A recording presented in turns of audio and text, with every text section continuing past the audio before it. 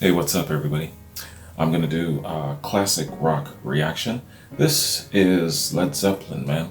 Led Zeppelin 4. Finally got past Led Zeppelin 3, took a while. Here we are, Led Zeppelin 4, man. And we're gonna be checking out the very first track on the album. It's called Black Dog.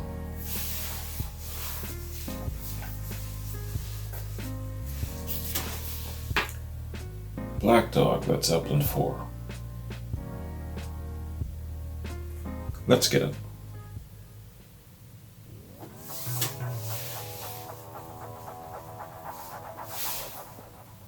Hey, mama said the way you move gonna make you sweat, gonna make you groove.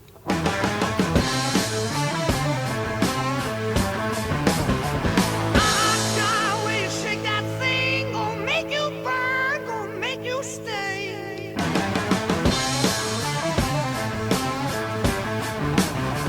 Hey, baby, when you walk that way, watch honey drip, can't keep away. Watch your honey drip, can't keep away. He's a smooth talker, isn't he?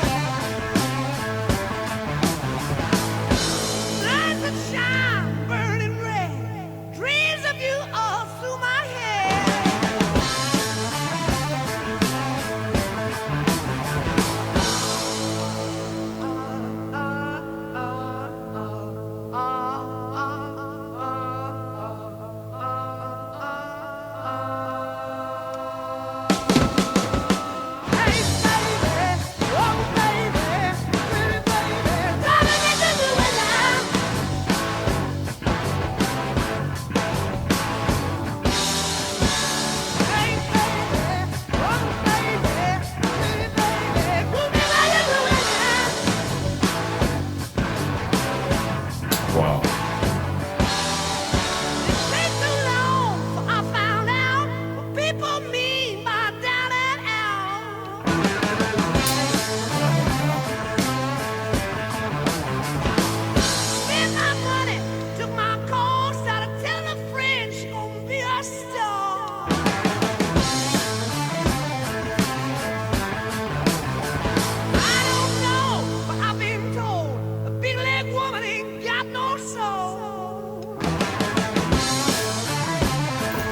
A big-legged woman ain't got no soul. How many times have you guys heard that passage in blues?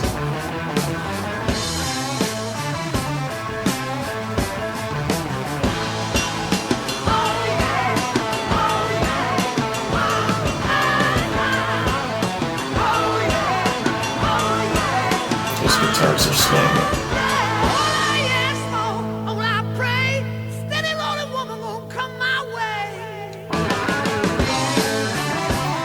Steady rolling woman will come my way. Need a woman gonna hold my hand, but tell me no lies, make me a happy man. That's from Muddy Waters.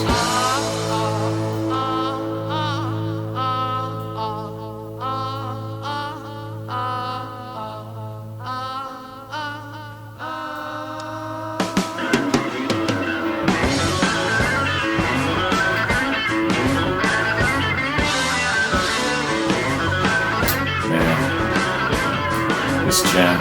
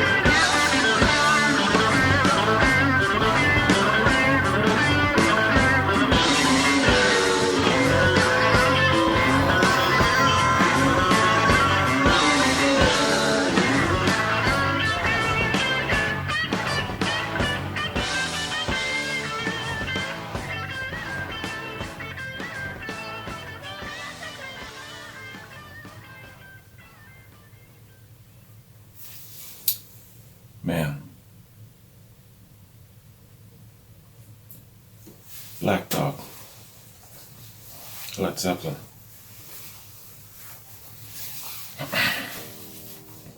I got a million thoughts running through my head, and I don't know where to start.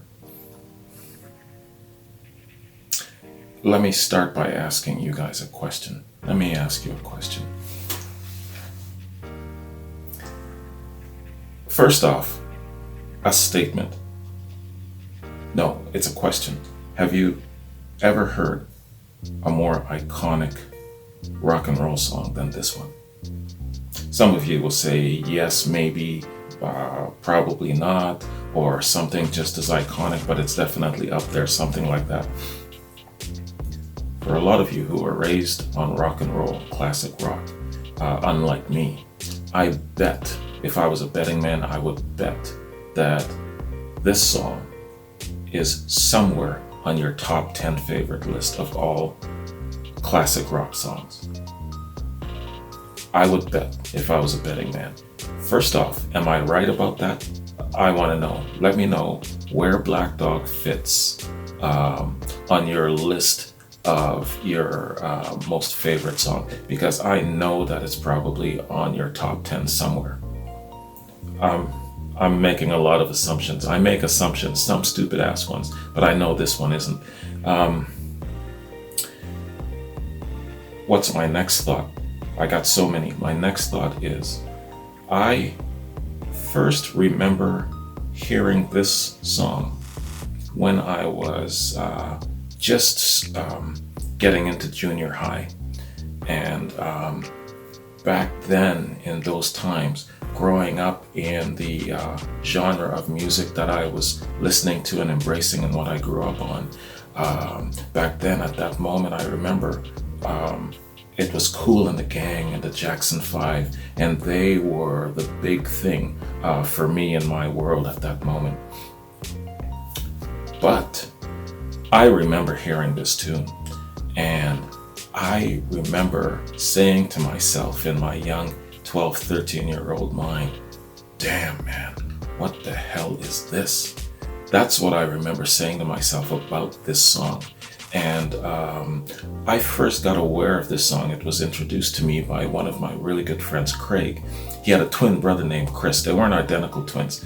And their older brother, Vince, introduced me to this song.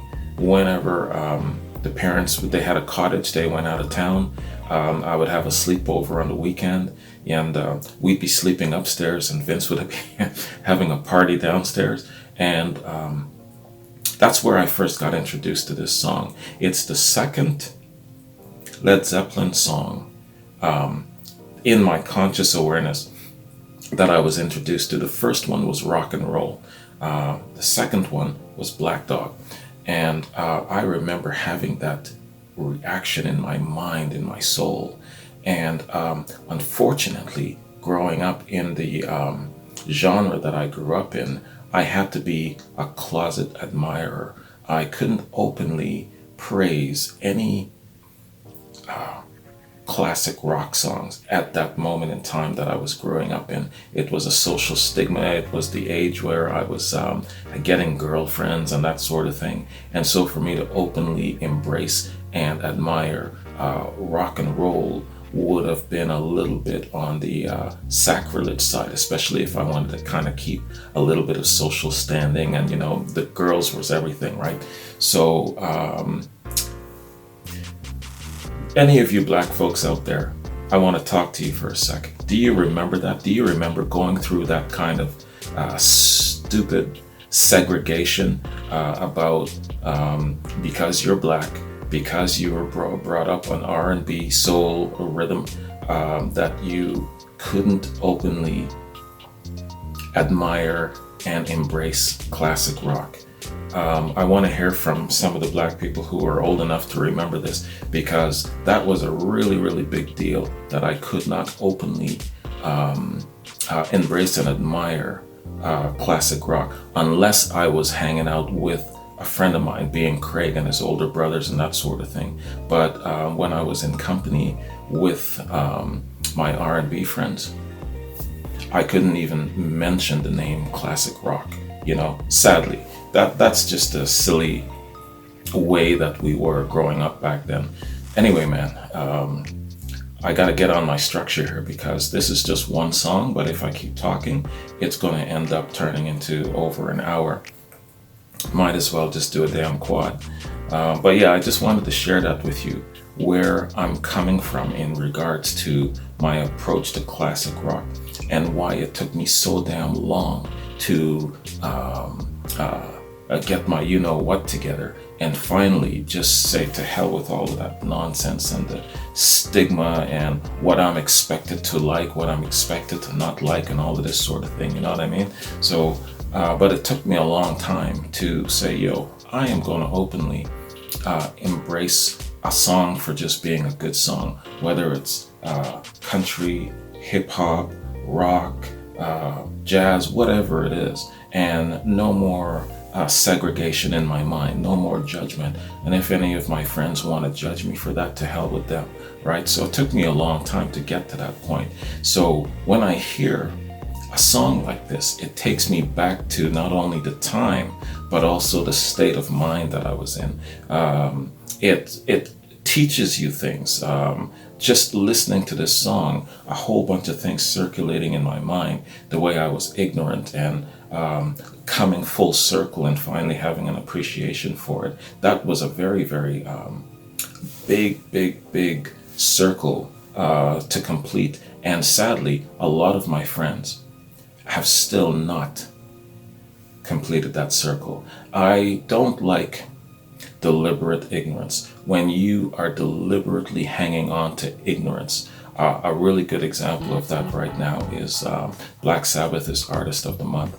And there's a lot of people who know that Black Sabbath, for example, are not evil devil worshippers or anything like that, but they want to hang on to the judgment and the stigma and the labeling and all of that sort of thing because it's, I don't know, fashionable or whatever the case may be. But I don't like deliberate ignorance. I don't like being deliberately ignorant myself. And I guess overall, that's one of my biggest motivating factors for starting this channel, to educate myself and not just passively say, oh yeah, Led Zeppelin, yeah, I know it, when I really don't, you know what I mean?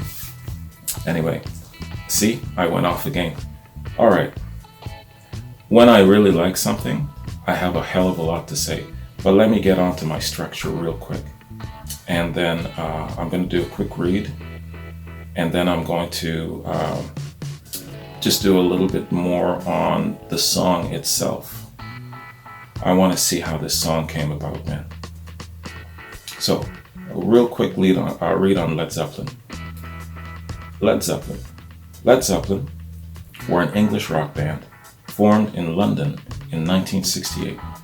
The group consisted of guitarist Jimmy Page, singer Robert Plant, bassist and keyboardist John Paul Jones, and drummer John Bonham. The band's heavy guitar-driven sound has led them to be cited as one of the progenitors of heavy metal. Their style drew from a wide variety of influences, including blues, psychedelia, and folk music. After changing their name from the New Yardbirds, Led Zeppelin signed a deal with Atlantic Records that afforded them considerable artistic freedom. Although the group were initially unpopular with critics, they achieved significant commercial success. Led Zeppelin are widely considered one of the most successful, innovative, and influential rock groups in history. They are one of the best-selling music artists in the history of audio recording. Various sources estimate the group's record sales at 200 to 300 million units worldwide. With RIAA certified sales of 111.5 million units, they are the third best-selling band in the US. They were inducted into the Rock and Roll Hall of Fame in 1995. The museum's biography of the band states that they were as influential during the 1970s as the Beatles were during the 1960s.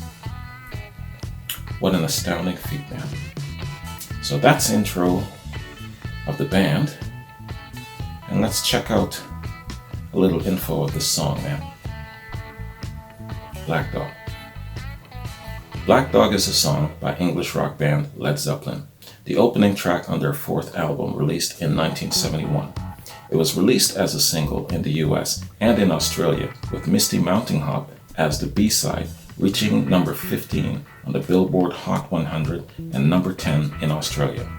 In 2004, the song was ranked number 294 on Rolling Stone's list of the 500 greatest songs of all time. Music sociologist Dina Weinstein calls Black Dog one of the most instantly recognizable Led Zeppelin tracks. Music sociologist. That's a very, very interesting profession. I gotta find out the dynamics of what a music sociologist is. I have a general idea, but I gotta look into that. It's an intriguing concept. The title does not appear in the lyrics and has nothing to do with the song itself.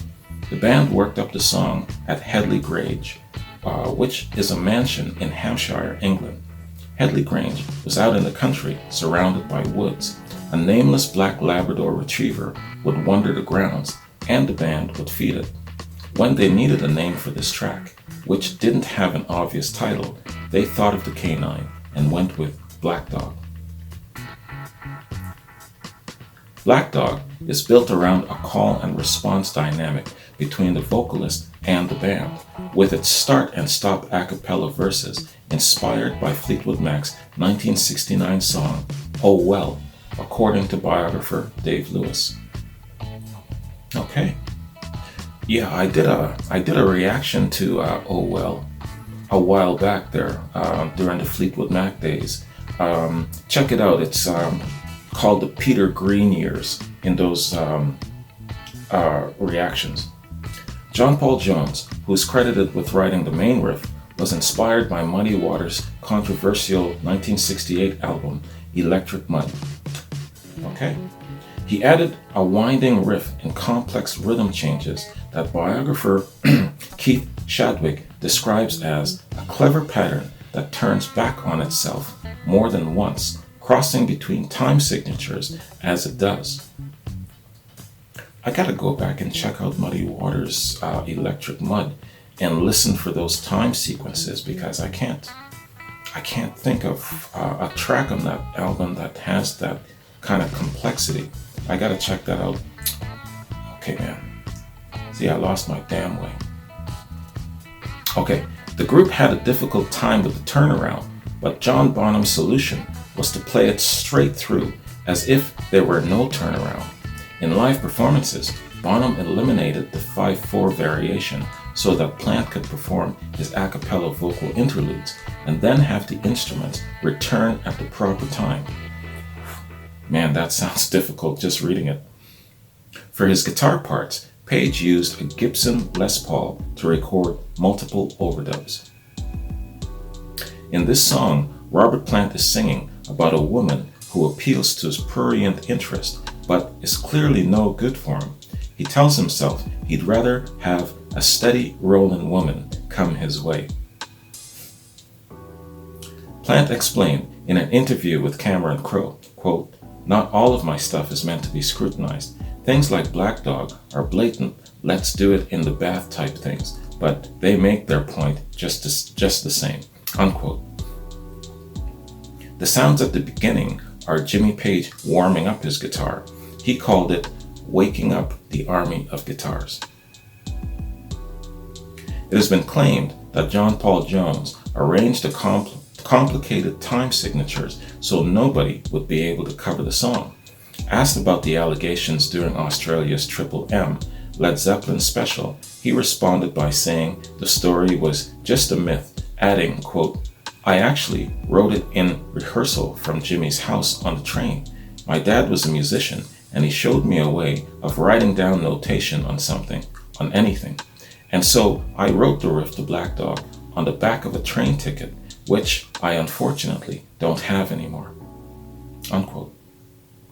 Robert Plant would sometimes improvise some of the lyrics in concert, substituting lines like, "I've got a girl that loves me so, sweet jelly roll." Apparently, Fergie from the Black Eyed Peas can knock out a killer version of this song. Other notable covers include Led Zeppelin cover band Led Zeppelin. Okay, man. And that is Wikipedia song fact information on Black Dog. Wow. Yeah, man, this track is iconic, it's legendary, it's inspirational, it's groundbreaking. When you guys were, some of you who were around at the time when this was first released, what was your first impression of it? Did you, in your mind, just like me, think, whoa, man, what the hell is this? Was it a really good smack upside the head? Because I don't know what else was playing at that moment in time back then, but to have something like this come out and just, I imagine it would have been a crazy shakeup, man. Let me know if you were around and if you remember first hearing this song, what your knee-jerk reaction was, what your impression was. And speaking about this song, even though I'm familiar with it, even though I've heard it, I'm glad that I have a little bit more, how would I say, experience and wisdom behind me now since I started my reaction channel, because I started with the assumption, here's that word again, saying to myself that I'm not going to cover the well-known, commonly known songs. I'm just going to pass it by because everyone knows this, everyone knows that.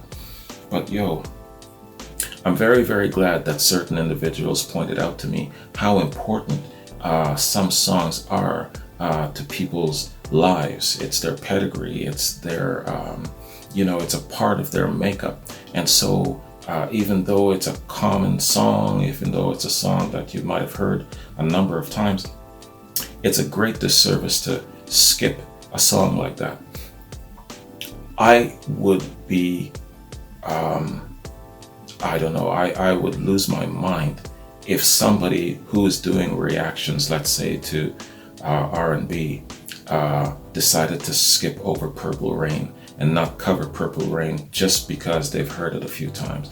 That would put my nose in a serious twitch. So I really understand how important some songs are, whether they're commonly known rock songs or not. It's a very, very important element to certain people. So apologies to anybody who, along the course of the last couple of months, I probably said a number of times that I'm not going to cover common songs because I've heard them and not, that was just old wisdom. So this is new wisdom, just so you know. So I am going to not skip over commonly known songs, and definitely this one is one of those that I cannot ever skip over. So I'm glad that I have that wisdom in place now, just so you know, sharing my growth with you. So getting back to this song, man, I like the background information of how it was formulated. I really, really like what they had to put into developing this song, from all of the different elements that each particular member brought to the table. John Paul Jones notably bringing some of the old Muddy Waters time signatures into play. And where did he get it in his mind? Well, I remember it was his dad that kind of showed him things.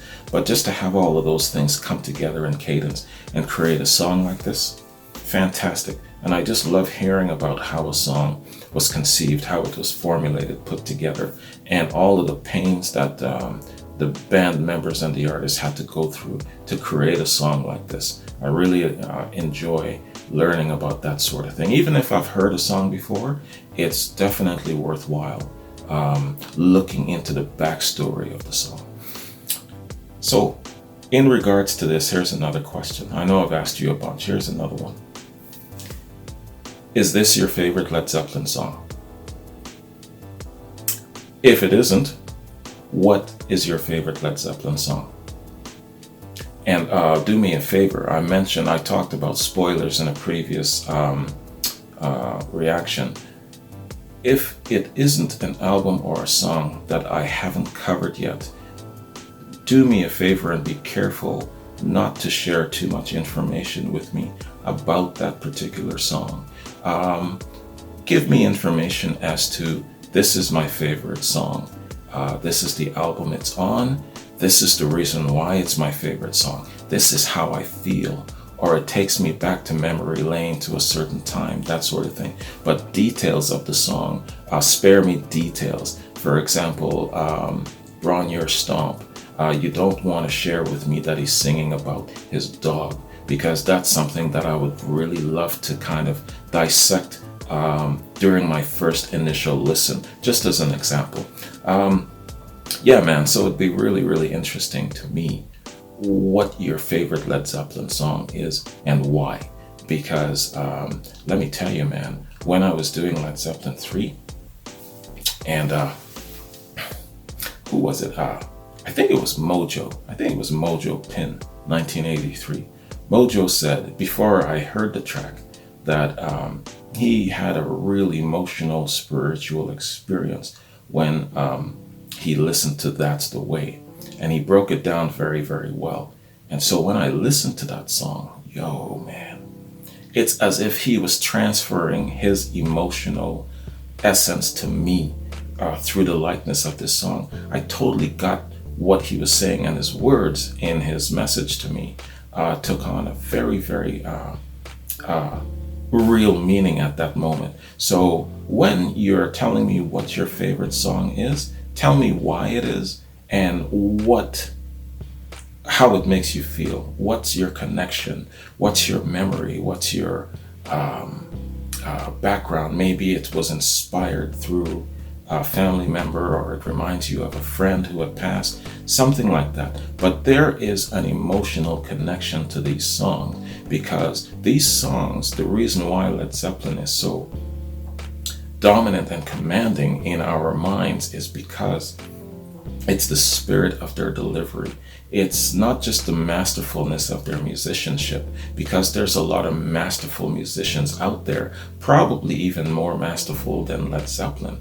But Led Zeppelin stands out because of the spirit of their delivery. It's the emotional, spiritual connection that you get coming from them, that they deliver to you. That is what resonates in someone's soul. That is why Led Zeppelin is such an iconic band. I now understand why so many people like Led Zeppelin.